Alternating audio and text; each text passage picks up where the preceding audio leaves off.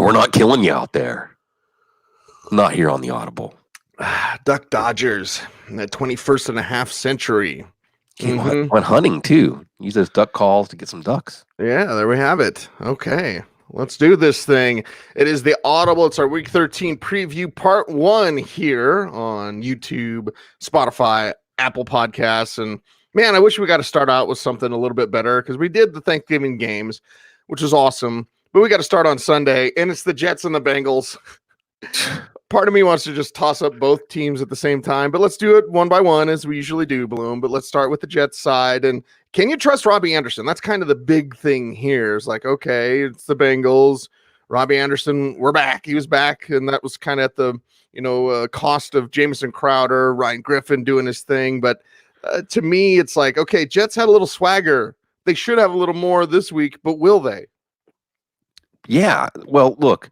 This is 3 in a row. I mean, that's a full-on trend, right, Cecil? And that means even for fantasy, I think you got to trust Sam Darnold. I think if you're streaming, I think you've got to trust Robbie Anderson. I think if you had a choice between Robbie Anderson and Jamison Crowder, you can go with Anderson. Remember what James Washington did to the Bengals last week. The matchup supports this trend continuing. I know the rug's been pulled out from under us before with Adam Gase.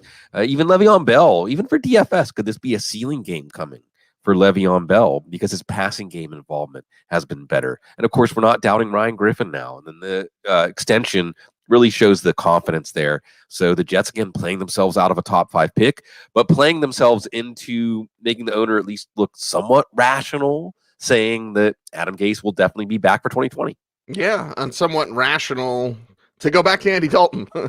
Really rational to go back to Andy Dalton. The main thing with the Bengals is like, okay, the bump up for everybody, right? Tyler Boyd. Maybe a bump down for Joe Mixon because they won't have to, feed him as much. Maybe a bump up because, they won't stack the line to stuff the run.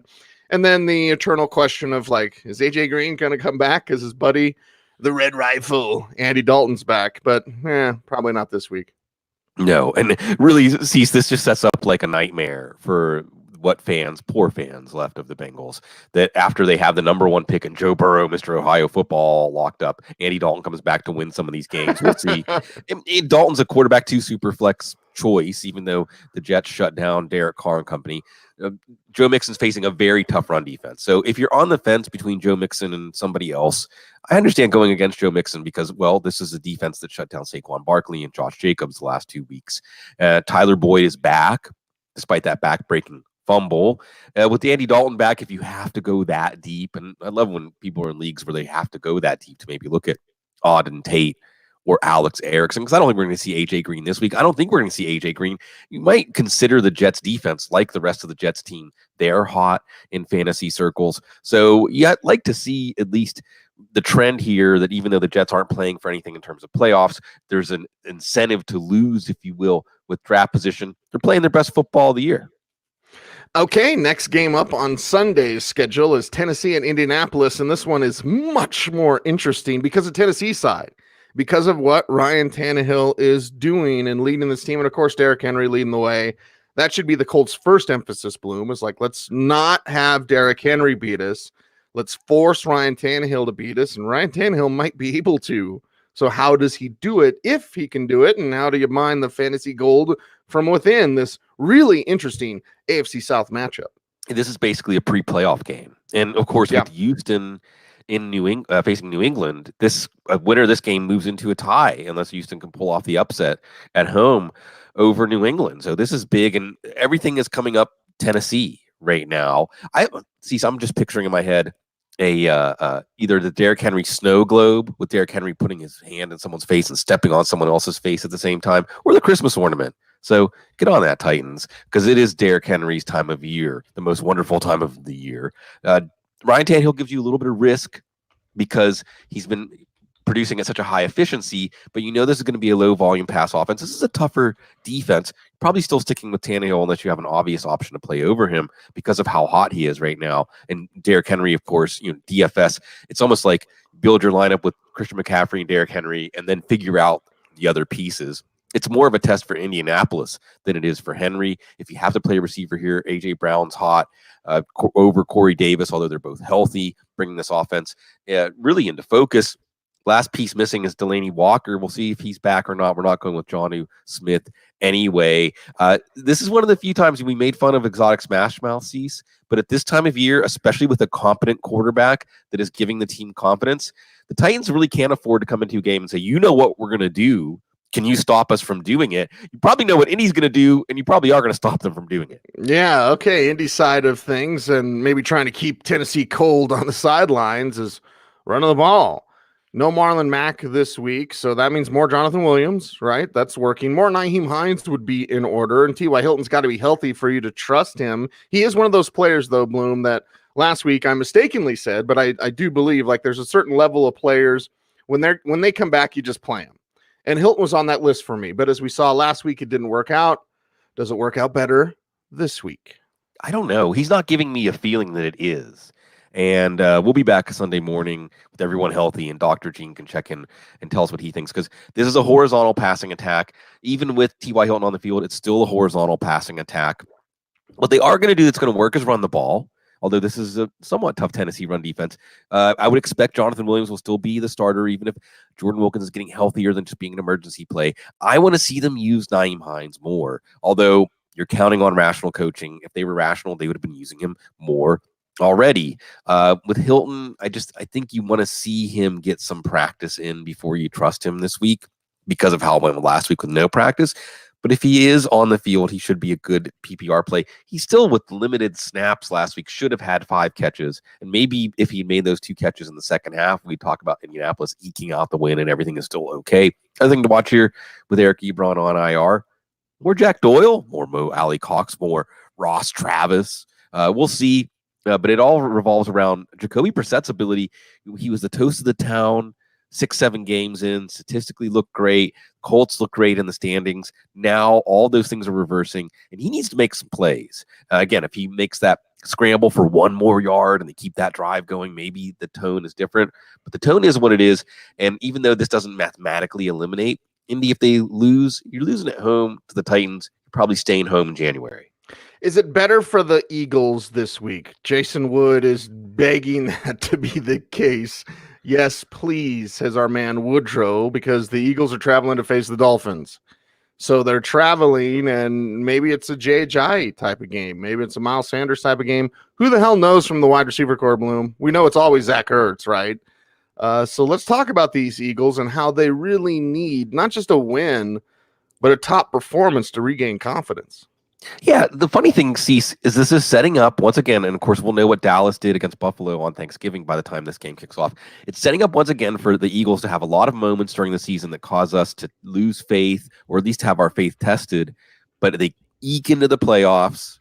Of course, they're division winner. They get a home game to start out, and this team knows how to win in the playoffs.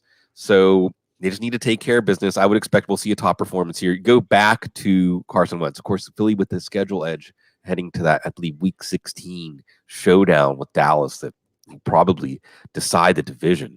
You're going to go back to Carson Wentz because it's Miami. Everyone has been doing well at quarterback against Miami. If Jordan Howard is ready, I'd probably put him right back in the lineup, knowing there's some risk that he could do with James Conner and get back in there and aggravate. It's a different injury than Conner, but same idea. If not, Jay Ajayi in a revenge game, although really the revenge game would be against Adam Gase in New York, wouldn't it? But either way, if you know there's a running back that's going to get 15 carries plus goal line looks, I would expect that, whether it's Ajayi or Howard. And why not Miles Sanders? It only takes 1 touch against Miami for an explosive back like him. Will Alshon Jeffrey be back? Again, there's some risk if he is to play him, but it's Miami. Nelson Aguilar, I think, is a little farther away from playing Jeffrey, but if only one of them's active, you'll probably go with that one. If both of them are active, it helps Wentz, but hurts the idea of playing one of these receivers. Of course, Zach Ertz, I think maybe he's the first tight end ever to go 9 for 90 in 3 straight games. He's red hot. You're considering him in your DFS lineups. And Dallas Goedert, who's going to continue to get targets here. And again, the permutations with the wide receiver health. We expect Philadelphia's offense to work in this one. And Cease, like you said, if it doesn't, back into the playoffs or not, we got problems. Yeah, trouble spots, issues. sometimes a compliment is seen as an insult, and sometimes insult is seen as a compliment. It reminds me, we had a YouTube comment on one of our videos from yesterday, Bloom. It's like, these guys are too weird. And I was like, Oh, thank you. yeah. Thank you. Sometimes you just don't get the audible, right? We're mostly about football, but we got There's a lot of podcast choices out there, and we're glad that you chose ours. Thanks for checking us out, even though we are a little weird. I'm totally fine with that. Thanks for checking out the Dolphins, right? I almost forgot to talk about them. But let's not forget Mike Gesicki, right? Or Devontae Parker, or maybe Alan Hearns now, Bloom, and certainly nobody from that backfield. No, you are liking Ryan Fitzpatrick as long as he remains a starter as a streamer or quarterback to super flex, cheap option in your DFS lineups. You're not liking anyone from this backfield. We're just wondering if we're going to see some semblance of rational coaching and Kalen Ballage benched. Again, the idea here being that he looks so good in practice, but he just can't do it during the games. Cease. I wonder how we can solve this puzzle of why Kalen Ballage is good in practice and not in games.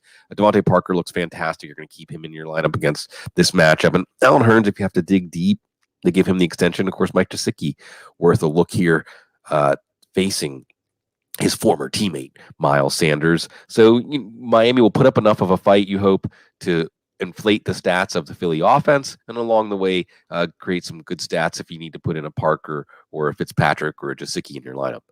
Let's move on to Green Bay against the New York Giants. Aaron Rodgers can have some struggles, but not against the Giants. So confidence building with your Packers. Again, this one's on the road for Green Bay, but if you're a Packers fan or a fantasy GM with tons of cheese on your roster, you should feel pretty good on this one.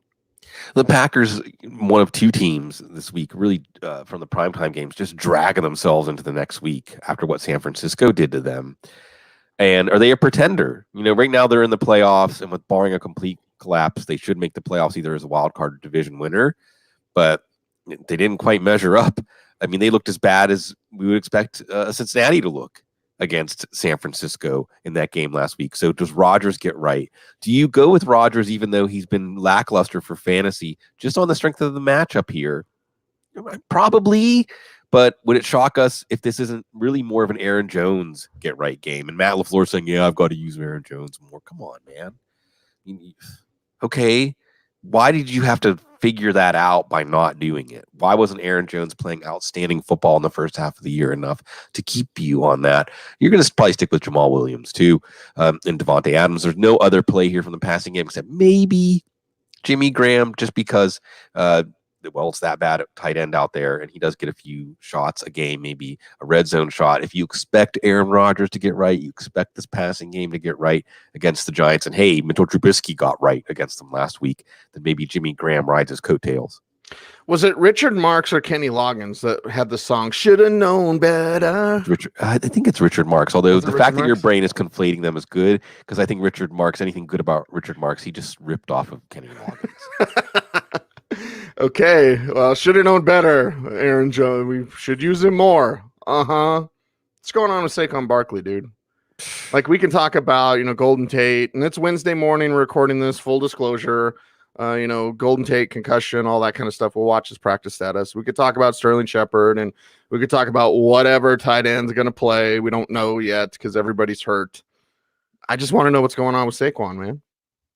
Yeah, well, it's questionable looking at going back and forth on Twitter the other day about Barkley. Taking him at number 2, we can debate that. But they haven't built an offense to maximize the strengths and the versatility that he offers to put defenses in binds. They're just treating him like a running back, and especially in the passing game lately. So you're going to keep playing Saquon Barkley. And this is a matchup. If there is a matchup on the schedule for the Giants to say, let's just give Barkley 30 or 35 touches. Let's treat him like Christian McCaffrey. This is the matchup. Packers can't get themselves off the field. So Barkley's an interesting play here. You're assuming rational coaching. Daniel Jones didn't quite play as well as his acceptable fantasy result last week in a much tougher matchup against the Bears. Again, the Packers defense disgraced after what we saw last week. So Daniel Jones gets into streaming or quarterback 2 super flex DFS consideration. As you mentioned, though, maybe not as attractive now that Golden Tate is in concussion protocol. Jabril Peppers also hurt. They signed somebody to be the return specialist this week. Tells me they're not expecting Golden Tate to play. Also, Reggie White Jr., Matt Walton favorite, back on the practice squad. Keep that in mind for a snorkel, scuba, submarine edition coming soon. But it makes Sterling Shepard and Darius Slayton better plays, especially Sterling Shepard without Golden Tate back, gets in the slot. A lot of receptions in this one, probably.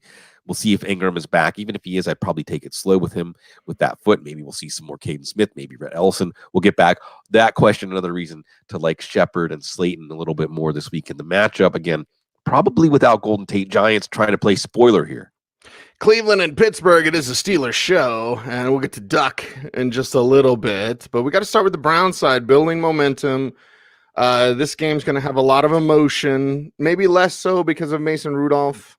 There's multiple reasons to bench Mason Rudolph, but it kind of takes the air out of the balloon, so to speak, because of everything that's happened and was alleged to have happened in that last contest where Mason Rudolph and Myles Garrett went at each other. So in this one, the Browns have had momentum. They're building momentum. We're waiting to see David Njoku. I think that's a important piece to pick up if he's out there. We talked about him on the waiver wire. But are you expecting the Browns to maintain said momentum offensively in a very emotional game on the road in Pittsburgh? Probably. I mean, this is a pre-playoff game.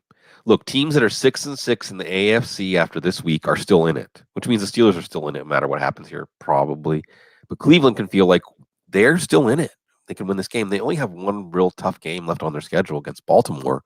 So keep the march going. And since they've had Kareem Hunt back, offense has been a lot better. Now, the two might be semi-coincidental, and as a Steelers fan, I'm fearing Kareem Hunt in this one. And Nick Chubb is going to tenderize the defense with his 20 carries for 60 or 70 yards. You're still going to play Chubb, and I would lean on the nudge into the yes away from the no for Hunt, and even for Baker Mayfield. He did enough against the Steelers in the first matchup, and if the Steelers had done more on offense, maybe he had done more. It's a tougher road matchup.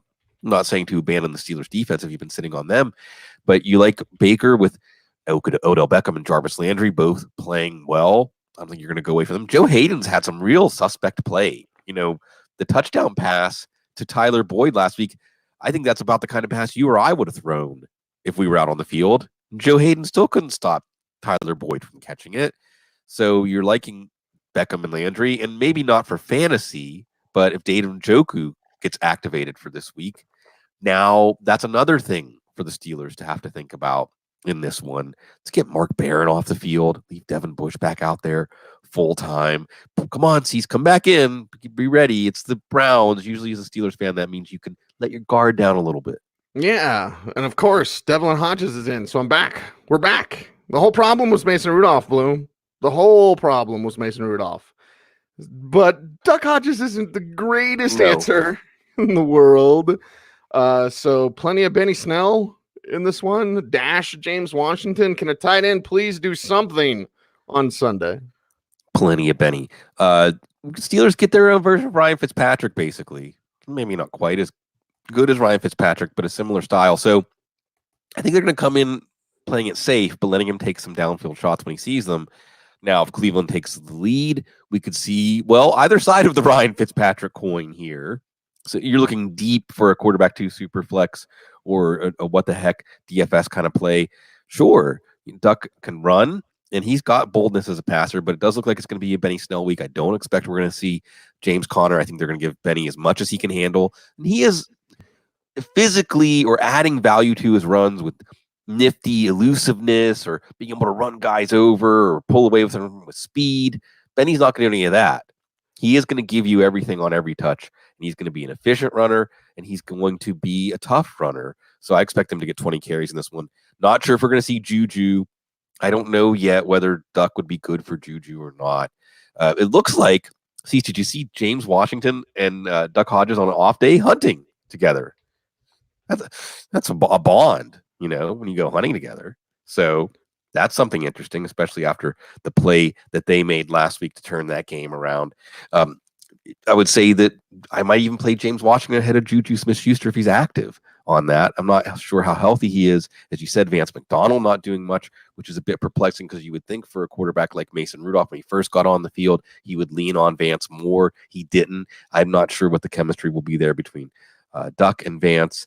Again, this is more of a fact-finding game because the first start we saw, the Steelers basically held that game wire to wire, and they never really asked Duck to do much except pass to the line of scrimmage because they didn't need to. So you're guessing a little bit, but two guys go hunting together. Cecil, you're up early in the morning.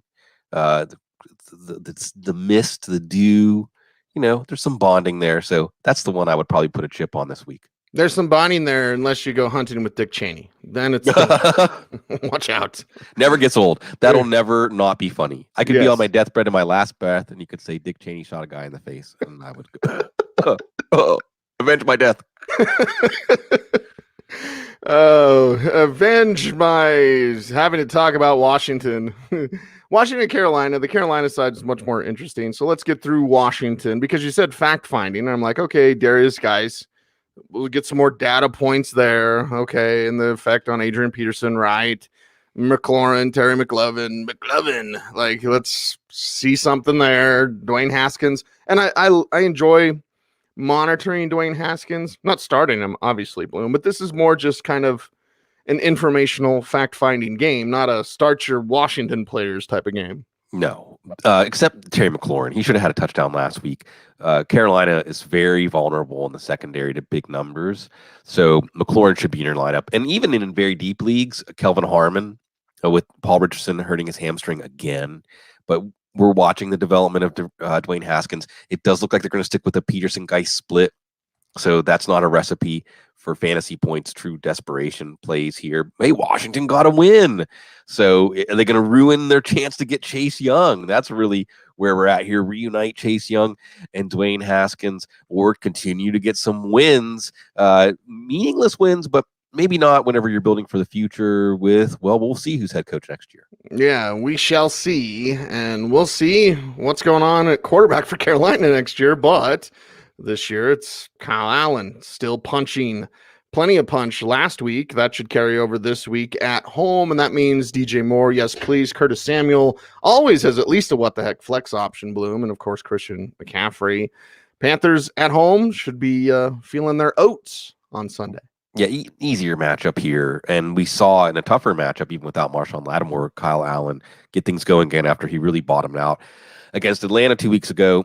It's all Christian McCaffrey, though. And, of course, DJ Moore, who got back in the end zone twice last week. And you are more inclined, if you're on the fence between Curtis Samuel and somebody else, because of the Washington matchup, because Curtis Samuel's getting open downfield. The big plays are there. His quarterback hasn't been harvesting them for him. Greg Olsen remains a safe play. And maybe we'll hopefully see him in that Monday night booth soon. There's a chance. So, so lots of questions here. Who's going to be the head coach for Washington? Who's going to be the quarterback for Carolina? And when can we get Greg Olsen in the Monday night booth? Yes, please and thank you. Final game we're going to talk about, part 1 of the Week 13 preview here on the Audible. Tampa Bay and Jacksonville. And anytime you or I get a Jameis Winston question, Bloom, what's the immediate response? No. Well, maybe. Sure. It's what do you get deducted for interceptions? Yeah. If it's 0, it's like, Jameis becomes a lot more attractive. And, we know Chris Godwin and Mike Evans, who go through the list of names, all that against Jacksonville. I really want to know, is Rojo someone you can trust again after getting vultured by Peyton Barber for a couple of weeks on losing those touchdowns? Then last week, it looked like Rojo was back. So can you trust these Bucks on the road? Not that far to Jacksonville. See, all the Florida man jokes, Florida man this, Florida man that. We had a Florida dog one. The dog put the car in reverse and did donuts for like an hour. Look it up. It's really good. Now we got Florida team. It's not a good year to be rooting for the Florida teams, whether it's Miami or Tampa or Jacksonville. We get a battle of Florida. Winston's playing well, though, and he's a low quarterback one. Again, with that permutation of whether interceptions and fumbles hurt you. Trust Ronald Jones is a stretch, but this is a Jacksonville defense. The Colts ran them over. The Titans ran them over. And I would hope that Tampa tries to sweep the leg and keep attacking the weakness. In general, and Warren Sharp hasn't had him on the show for a while. I need to get him back. Talking about the idea of attacking weaknesses, of calling plays, of creating game plans that attack the weakness of the defense. Right now, for the Jags, that's absolutely their run defense. Of course, you're still going to play Godwin and Evans. And the other thing here, again, because when we get to this point in the year, we're thinking about evaluation for our Dynasty League, Snorkel Scuba Submarine, but also the questions that we will have going into the offseason. Can Jameis Winston play well enough to get an extension from this team? Can he play well enough to... You listen to Bruce Arians, I don't think he's given up on Winston. I don't think he's turned the page. And if Winston keeps playing the way he has and they keep getting wins, it's going to open the door to 4 more years. 4. Oh, Bloom. Oh, Jameis. Oh, Jacksonville side. All right. Leonard Fournette. Sure thing with Dede and DJ Chark. Yep. Chris Conley. What the heck, Flex? You bet. And then, well, Nick Foles. Yeah. This one's going to be... Thud. Well, right. And for the trade market, or even for him being the week 1 starter in Jacksonville, if they don't trade him, and it's not the pirate ship, this one's in Jacksonville, but he's out on the plank. I mean, if you're answering questions about whether someone's going to start the next week, if Foles' play doesn't change, this should be the last week that we see him. And then we can have Minshew magic for week 14. But for now, it makes Foles a streamer, quarterback 2 super flex DFS option because of the matchup, although Matt Ryan didn't do much in this matchup. Leonard Fournette has a tough run defense matchup. At least his PPR points will continue to keep him afloat. DJ Chark didn't get enough targets last week, honestly. He was a forgotten man for most of the first half, and then the game was basically over. Hopefully against Tampa and their young corners, he's not a forgotten man here, and he could be, again, that high ceiling. He could be the number 1 wide receiver of the week. As you said, because of the matchup, we're looking at Chris Conley, D.D. Westbrook. Westbrook may be more of a high floor for PPR. Conley with the high ceiling with his downfield passing game. But this is it for Nick Foles. You know, he'll always have one of the best stories of any quarterback for all of the crazy ups and downs he's had. But if he wants to be seen as more than a backup for the rest of his career, he needs to, well, start playing more like Jameis Winston. He needs to go back to thinking about leaving football, and it'll spark him. And it'll go. Right. That's how you do it, right? Boom. Spark it and go. Spark it and go. That's another theme of the Audible. Am I right, fellas? Yeah. Ladies the too. Yeah. So here's this thing, Bloom. Yeah. Like, I try to not be lazy, right? Try to work hard. I consider myself a hard worker. We're not going to take a break.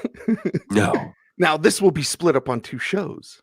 Right. So, but for you on YouTube watching right now, just give us like 5 seconds while I change the graphics behind us. But first, as I edit all this out for the audio from our sponsors. 3, 2, 1. And that's a wrap for part 1 of the week 13 preview here on the Audible. Everyone stay tuned because we're coming back with part 2 right after this. I always say that, and I'm just like, but it's never, there's nothing right after this. they could have gone to grocery shopping and fold the laundry. It could be right after any number of things for them. Maybe this is life, right? Yeah. This. What is it? Well, it is life. And we're here for you. All right. No pressure. You ready, baby? Yes. Light and sweet, because we start with a great one. And whenever this tells us to go live, we're live. And we're back with part 2 of the week 13 preview here on the Audible. It is the Footballguys.com podcast. Cecil, Lammey, and Sigmund Bloom telling you who to start, who to bench coming up at the end of this episode. Are ever popular. What the heck? Flex and Bloom, I wish we could do a whole show on this game. This game is fantastic. This game is magnifique. This game is San Francisco and Baltimore, dude. Oh my God. I'm getting to the stadium early because I'm going to the Broncos game just so I can watch this game. My God, this is going to be tremendous. And this is one of those like throw out fantasy, right? You know, throw in fantasy. We're going to talk fantasy. But at the end of the day, I am just so looking forward to this Super Bowl preview. Like, that's what this is. True dominance in the NFL. Who is the dominant team? Is it the 49ers in that defense? Is it Lamar Jackson in that offense? And his defense, too. I just want to watch this game. But let's talk the fantasy side of it. Because the 49ers, you know, full disclosure, recording Wednesday mornings. We're waiting on Matt Breida, of course. Shocking. but let's talk Tevin Coleman and Raheem Mostert getting some touchdowns, all that. And Emmanuel Sanders, you didn't have Emmanuel Sanders on Shut Him Down. I noticed that. Right. Notes, Bloom. Yep. So, okay, Debo, Emmanuel, Kittle, Jimmy needs you, man. He really needs you, especially if you have to go toe-to-toe with the Ravens offense and can drop a 40 burger on you like that. So let's go 49ers. Let's talk about it. Let's talk about this Super Bowl rematch down here in New Orleans. Power outages do happen, and voodoo happens. We'll remember that one for a long time. Or is it a pre-match? Could we see these teams again? Certainly they're the two best teams in the league right now. And what's great is if this was scripted, the last two primetime games we saw were basically the San Francisco and Baltimore just defiling teams that we thought were at least okay, Green Bay and the Rams. And in Baltimore's case, they went into the Rams' house and did it. So both of these teams are peaking right now.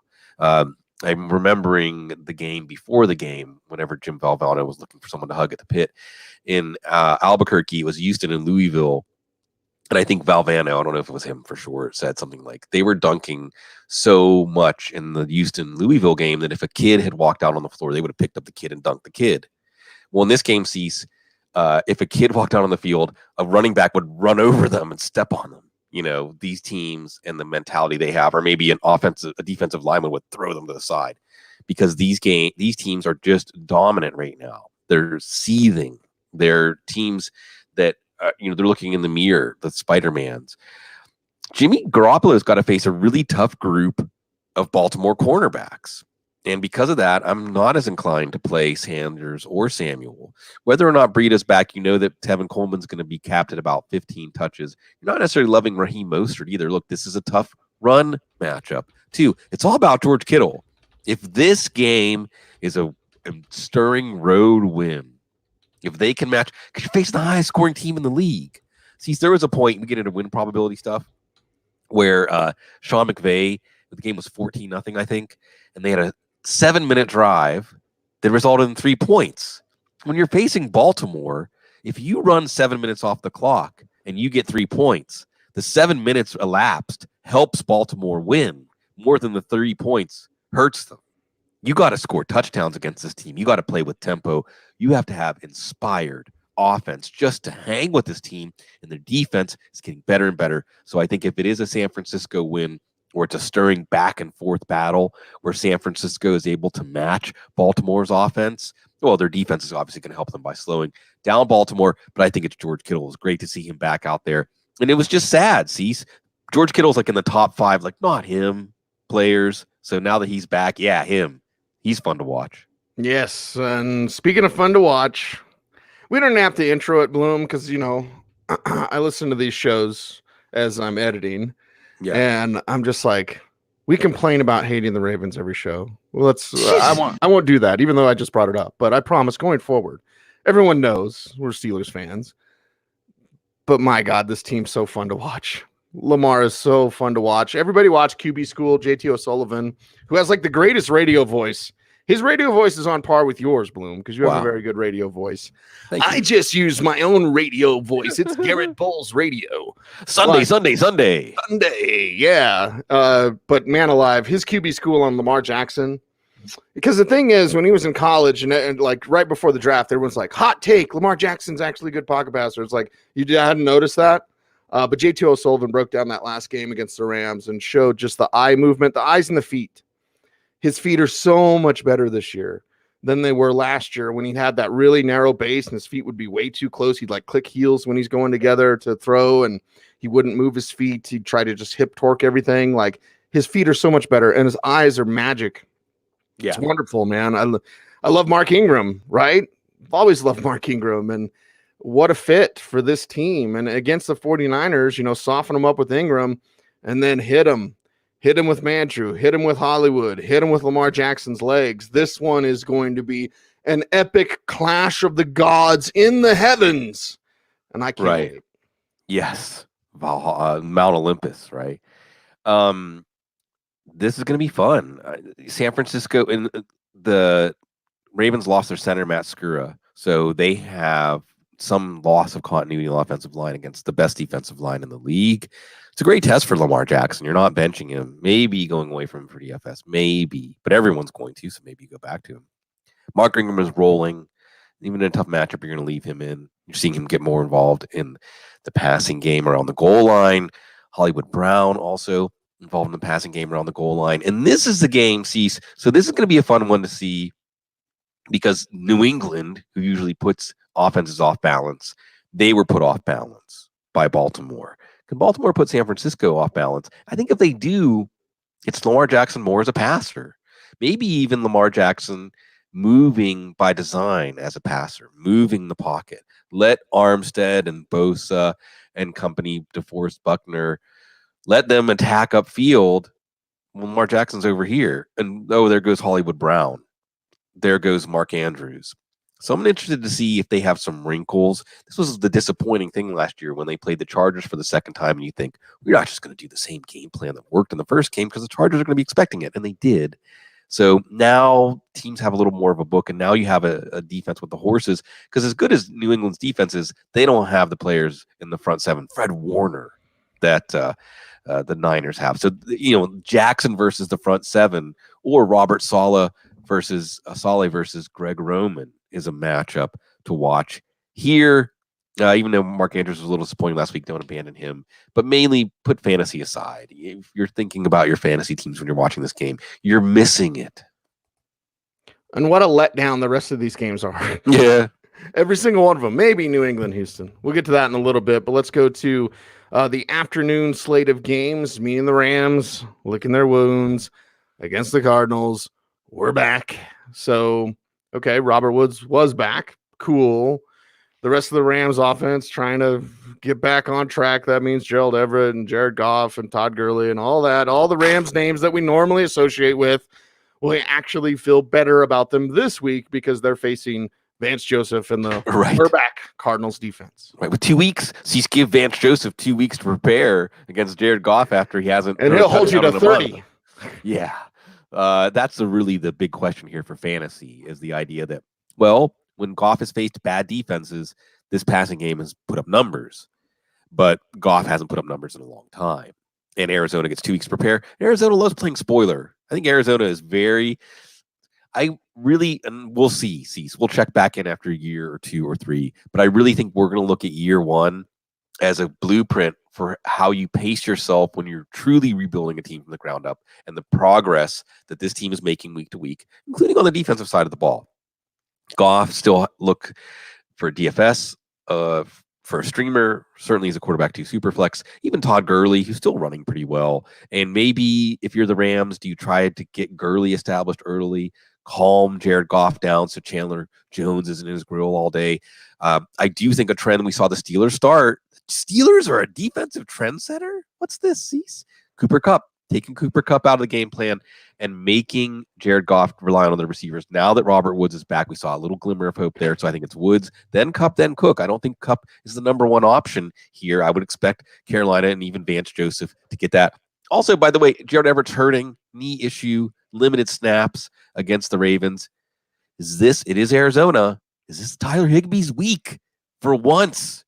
Got an extension, might not even really be relevant for fantasy, but for this week, every tight end. Ross Dwelly scored 2 touchdowns against them, and Ross Dwelly is no Tyler Higbee. No, not at all. And, Cliff Kingsbury is no Vance Joseph. That's a compliment, Cliff. Trust me. Let's talk about this Arizona side. Chase Edmonds will be back this week. How's that impact? And the David Johnson thing, I'm like, David Johnson was one of those sabotage drops. Thank you, Charge, for that. So you drop David Johnson, someone picks, David Johnson, and then tries to start him. It's like, oh God. And now that Edmonds back, dude, Edmonds will be a what the heck flex his first week back. Let's talk about these Cardinals. Right, because the Rams defense is just demoralized. How do you even answer the bell in the same way after Sean McVay and his coaching decisions. See, real quick Thursday night topic. Why was Jared Goff still out there when the game was over and getting picked? I mean, now you're just rubbing his face in it. Yeah. Likewise with this defense. their face got rubbed in it over and over and over again. They were feeble. They looked like one of the worst defenses in the league, thanks to Lamar Jackson. What do they do against Kyler Murray? This is also frustrating, after what Lamar Jackson did to this defense. Now you have to face Kyler Murray, another quarterback who is non-linear, who's going to make the game difficult. So you like Kyler Murray in this one. I think you're still going with Kenyon Drake over Chase Edmonds and David Johnson. It's like the Jackie Brown, Samuel Jackson talking to Robert De Niro. Used to be beautiful. Even as far back as like week 4 or 5, not that long ago. This year you were beautiful as a receiver, at least. But we need to see it before we factor him into the game plan. Christian Kirk playing well. This could be a game for Christian Kirk. Jalen Ramsey, are we afraid of Jalen Ramsey? I don't think so. Not right now. Larry Fitzgerald scored a touchdown here. But you got Cliff. You got 2 weeks. You got the Rams demoralized, humiliated. I think this is setting up for the Cardinals, the plucky Cardinals, to say, hey, we can hang with the Rams. Chargers and Broncos is going to be a snooze fest. Yeah. Apologies, but the Phillip Rivers looks broken. It's against the Broncos defense. Maybe he'll look a little better. Or maybe he will be even more broken as the Broncos try to bounce back at home in this one. So let's talk about those Chargers. Austin Eckler on the flat's going to be open all day. Keenan Allen, Chris Harris Jr. is a thing. And unless there's one play where CHJ falls asleep or expects safety help and it's not there, Keenan Allen should be effectively slowed down. Don't want to say shut down. Mike Williams will have a big day against Devontae Harris, who has a big target on his back every single week. Got benched 2 weeks ago, played last week, played poorly against Buffalo. So Eckler, flats, Williams all day. Let's talk about tight ends. Let's talk about Melvin Gordon, too, in this one, being a little more than what he was last time these two teams faced. See, it's a big one here for the players you can credibly tell your Denver audience are in play for Denver in the first round. Whether they win or lose this game could be as many as 5 draft spots. We're watching this game to see if Phillip Rivers is not trustworthy with all those interceptions going into the bye. He is in decline. I think we can trust Melvin Gordon no matter what. And, man, the Denver run defense had to face a lot of running from Buffalo last week, so they're going to be a little tired. I think that Anthony Lynn, who's not on the hot seat, I think after what he did last year, there's no way he should get fired this year, but you got to show some sort of arrow pointing up. I think he's going to want to continue to use a lot of Melvin Gordon. You're going to leave Keenan Allen in, but you're lowering expectations. As you said, Mike Williams, absolutely what the heck flex this week. And after what Cole Beasley did, we're taking note of that. I don't see how you can bench Austin Eckler in a PPR league. Rational coaching dictates that he gets 5, 6, 7 receptions at least. You know what he can do with those. Of course, you're going to play Hunter Henry. You run down all these targets, these pieces of this offense, you think, wow, this is a Chargers offense that's set up pretty well, but that critical point of failure is Phillip Rivers. Let's see if he can settle down during the bye and realize, see, we all go through it. You can't quite do the things you used to be able to do. You got to play within yourself. I know, my back, my hip. I don't know if Phillip Rivers is hurting, but I know his arm can't do what he thinks it does. Yeah, I hurt my ankle pushing in my clutch on my Jeep yesterday. So I was like, oh my God. What the hell? Here we go. Yeah. Good old all downhill from here. Exactly. All right. So many directions I could go with that one. Let's move on and talk about how the Broncos aren't going to start Drew Lock. Now, full disclosure, I'm going to practice early. Thank you, Coach Fangio. Right after the show. Those who are longtime fans might be like, man, these guys, they're tight today. Man, look at it, succinct, wrapping things up. We're not being as silly or weird as some people would say. Yeah, the reason why I got to go to Broncos practice. When I go out there, I fully expect to see Drew Lock taking some first-team reps, but not being announced as the starter. Now, this could change on Sunday. I could be totally wrong, and maybe this is a Lassie bark. Maybe it's not. But Elway is not scared of playing Drew Lock. That's a stupid narrative that some people are trying to put out there. There are coaches, however, in my opinion, there are coaches who don't want Drew Lock to play. In my opinion, there are coaches that don't want Drew Lock to play because they're worried about their jobs.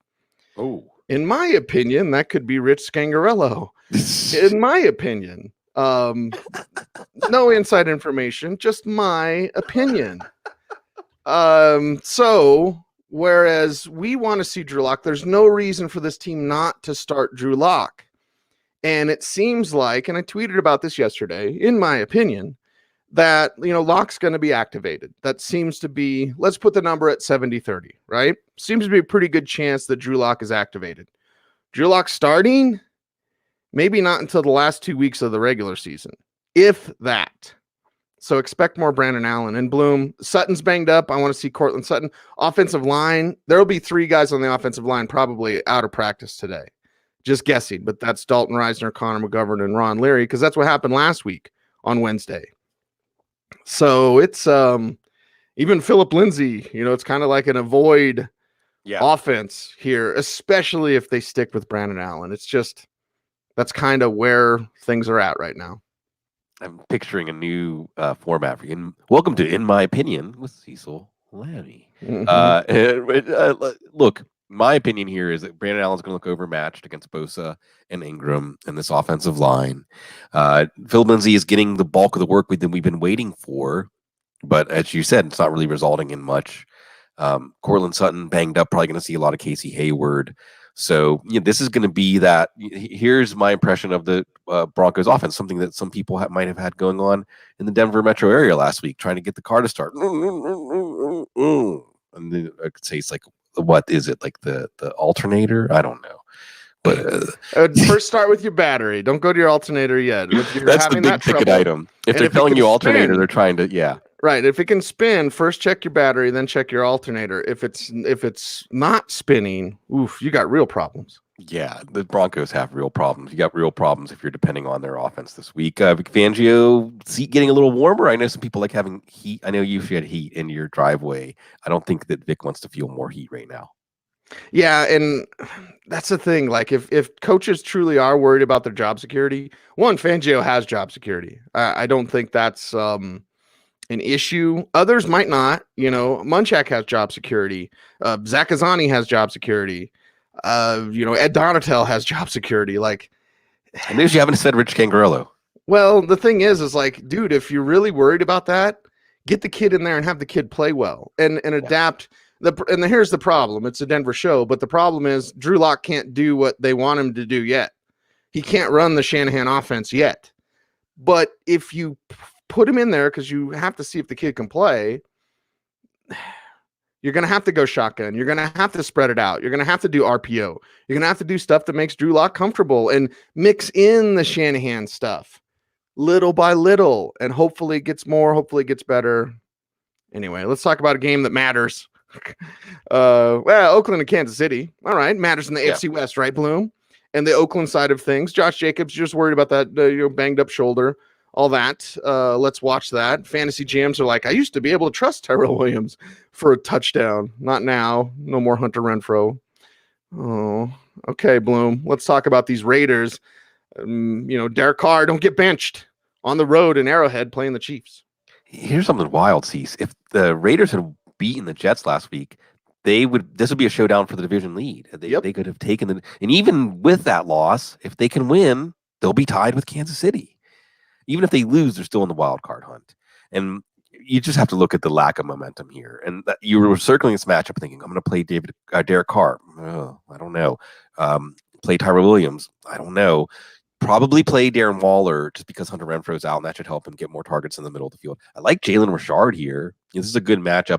Kansas City's been giving up a lot to receiving running backs. So if there's rational coaching from John Gruden here, I think it's a lot of Jalen Richard in this passing game. And then you are going to have Josh Jacobs. But I think last week it was close to 50-50 snaps, and maybe that's rational here. So you're playing Josh Jacobs in your redraft leagues, but maybe not as a DFS choice, even though Kansas City is a good matchup, because what was it last time? 12 for 99. So the efficiency is going to be there, or the touch is going to be there. It's the game script going to be there. That I'm not so sure about, because you got Patrick Mahomes in 2 weeks to prepare for an Oakland defense that Sam Darnold and Adam Gase ran off the field last week. Chiefs side is just the running back side. Right. Like, oh, God. And that's how I could toss it to you. It's like, okay, Mahomes and Kelsey and everybody else that we normally are super excited to start from the Chiefs offense. And then there's the running backs. It should be Darrell Williams. I don't know if it will be, Bloom.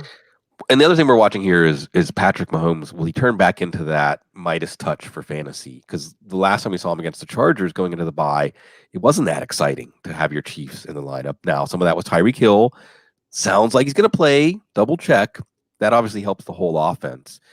Even Sammy Watkins, I think, is more attractive with Hill out there. He is with Hill not out there. And of course, there's Travis Kelce. I'm watching McCole Hardman's use here. I still think McCole Hardman, with or without Hill, could matter for fantasy leagues. But please don't tell me you dropped him, because even if Tyreek Hill plays this week, you could always aggravate that hamstring injury. And then you're loving, even against, Denver, am I scared of them? Chicago, even New England, against the one great quarterback they faced. Sorry, Dak. Or great offense. Because this is a great offense when Mahomes is great. But you're right, it's the backfield. I don't think we're going to see Damian Williams, Elijah McGuire signed to the practice squad. I think you're going to see something close to a 50-50 split between McCoy and Williams, Darrell Williams. I think McCoy is the better play in non-PPR leagues, 0.5 PPR, more likely to get the rushing touchdown. Darrell Williams more likely to be involved in the passing game, maybe a little better PPR play. I don't think you're going to see one of them separate from the other one here, which is fine, because if Mahomes is doing his thing, they can both be good running back 2 plays, sharing the backfield. Let's look at Houston and the New England Patriots on Sunday Night Football, starting with the Pats side of things. And this one is at NRG Stadium down there in Houston. And they're coming off their Thursday night win. They've had some extra days to prepare for this one, but Bill Belichick always prepared. What does that mean offensively for this team? And are we starting Jacoby Myers? Are we thinking, sure, N'Keal Harry is a what the heck flex? Fine. Throw him in there. And the confidence level of Sony Michel seems to vary on a weekly basis. So that's one of the headlines here. The running game got back on track against Dallas. Is this a running game for them? Will Mohamed Sanu play? I think you're looking at, if Sanu's out, Myers becomes a better play. Will Philip Dorsett play? If Dorsett's out, Harry becomes a better play. We know we can count on Julian Edelman. Is it more of a James White game? It probably is, if they have to score to keep up with Deshaun Watson. So in some ways, how much you like James White this week is based on how much you like Deshaun Watson. How much you like Sony Michel is based on how much you like the New England defense to hold Deshaun Watson in check on the road. Even Tom Brady. You like Tom Brady as much as you like Deshaun Watson. If Watson puts up points, remember the rookie year game? I think that was the game when everyone took notice of Deshaun Watson. 36-33, Brady had to lead a last-second comeback to beat Deshaun Watson. That kind of game, you're liking Tom Brady. Last year when they played, I think it was week 1, Belichick induced Houston to run with light boxes. Bill O'Brien takes the bait. Bill O'Brien always takes the bait, right? Now it's more of a ball control game. It's more of a defense game. You're not liking this offense as much. So this is a game with a wide range of outcomes, a wide range of game scripts, and choosing some part of that range that you think is the hot zone is really going to depend. All of your projections for New England is going to depend on that. Speaking of depending, Bloom. Yeah. How's Will Fuller's health? Yeah. Because like everything, right, you're always starting Nuke, right? Nuke. Fantastic. You need to get unblocked from him on Twitter if you're still blocked by him. But like he's doing more fashion now, I think, too. So maybe I could just be a fashion critic and give him some praise there. Right. Be like, you look awesome. Unblock me. Always Nuke. Forever and ever and ever Nuke. All right. Plenty of Carlos Hyde. And I think there should always be more Duke Johnson Jr. There's just not. But really, when I think of the Houston offense, Bloom, it just basically comes down to, is Will Fuller playing? Because if he is, it changes Kenny Stills, it changes Kiki Cutie, it changes just the punch that this team has offensively. Yeah, do they basically let this stay in Deshaun Watson's hands? If they, and I think you're going to play Watson, you're not going to get cute and play a streamer over him. Maybe someone like Sam Darnold, maybe. But Watson's still going to put up some numbers here. He's had success against Belichick in the first 2 matchups. Belichick hasn't had this defense, but he, expect this to be a close game. Although Carlos Hyde, if you do think Brian takes the bait, Belichick shows light boxes, maybe Carlos Hyde is someone you like there, but you got to play Will Fuller. Hopkins is going to face Gilmore. You're still going to play him, but another reason to like Will Fuller, and I don't know, DeAndre Carter, Kiki Cutie's in the doghouse. So I don't know, Duke Johnson, if they were rational. Pat Distat, always my definitive Texans voice, says, the reality is that Duke Johnson is the last read Deshaun Watson isn't getting enough time to get to the last read. Just the offense isn't deliberate enough for that to happen. So I'm not expecting that to reverse this week, even though it should. But hey, we get a good primetime game. And for Houston, lots at stake here, right? Because New England's going to know if Baltimore beats San Fran. If they did, then if New England loses this game, they fall out of the number one spot in the AFC. Houston, on the other hand, again, if they lose this game, they fall back into a tie. Tennessee and Indy, lots of AFC South games left. So a lot on the line here. Yeah, Tennessee and Indy breathing down their necks. So Houston, keep it up. Monday Night Football, Minnesota at Seattle, and Adam Thielen could be back. Again, full disclosure, recording Wednesday morning. But it looks like Adam Thielen's going to be back, which is nothing but good news. Seattle's defense isn't that tough. So if you do have Thielen, what's your confidence level in starting him, Bloom, and Stephon Diggs, and of course everyone else in that passing attack at Kyle Rudolph and Irv Williams and all that kind of Irv Smith, all that sort of thing. Like, what is the confidence level for this team with Adam Thielen? We're back. Yeah, this is a great matchup of franchises, right? Remember the poison pill, Steve Hutchinson, Percy Harvin, and all kinds of back and forth here. I think they basically traded defensive line centers in the offseason. Was that Percy or Nate Burleson? Yeah, I know, but Burleson maybe was the original poison pill guy, and then Hutchinson was like the retaliation poison pill. And then you got Blair Walsh, his career put in a tailspin because of a playoff matchup between these two. Cousins gets Thielen back. It's a good matchup. Just play Cousins. Cousins is going to be a solid quarterback one this week. You're not going to play him over elite options, but you like him. Cook is rested. He probably needed it. So, you're still going to see Cook as a part of this game, but I expect this to become more like a quarterback duel than a defensive duel because of the weaknesses of these defenses, which is a reason to break ties in favor of Stephon Diggs. You know what his ceiling can be. Kyle Rudolph, we're in that time of the year now. Rudolph the Red Zone Reindeer. He had been living up to that nickname. With Thielen back, does that take a little edge off his upside with Irv Smith involved? A little. He's still probably a low tight end one, but Kirk Cousins finally got that comeback win at the expense of the team you cover, Cease. So does that change the narrative going into the bye? Does that change the vibe around this team and the vibe around Cousins? Because this is a playoff matchup, two teams that are in the playoffs and have seen each other in the playoffs and may see each other in the playoffs again. Russell Wilson at home, and we're watching the practice status of Tyler Lockett again Wednesday morning. But Tyler Lockett, is he out there or not? Josh Gordon, does he do anything or not? I'm waiting with Josh Gordon for week 16, so I'm not dumping him. I'm holding on for one more day. Of course, DK Metcalf in the red zone, please. And everyone wants to know, was the Rashad Penny thing just a 1 week fling, Bloom? Right. Or is this here to stay with Chris Carson? It's hard to say. And honestly, I expect that Carson's still going to be the better running back for certain situations. Well, they need a pass blocker, for instance, and maybe at the goal line. But Penny might be better between the 20s, or maybe it's one of those situations where they see how the first few drives go and decide. So both of these guys are what the heck flex or aspirational flex kind of plays. You do expect Seattle to have a lot of success passing against Minnesota. But again, will they come out pass first? Probably not. Will this game evolve into a game relying on the quarterbacks? I certainly hope so. I think because of the matchup, you have to play Lockett. It was there for DK Metcalf, even in the bad conditions. He should have had like 150 yards and a touchdown last week.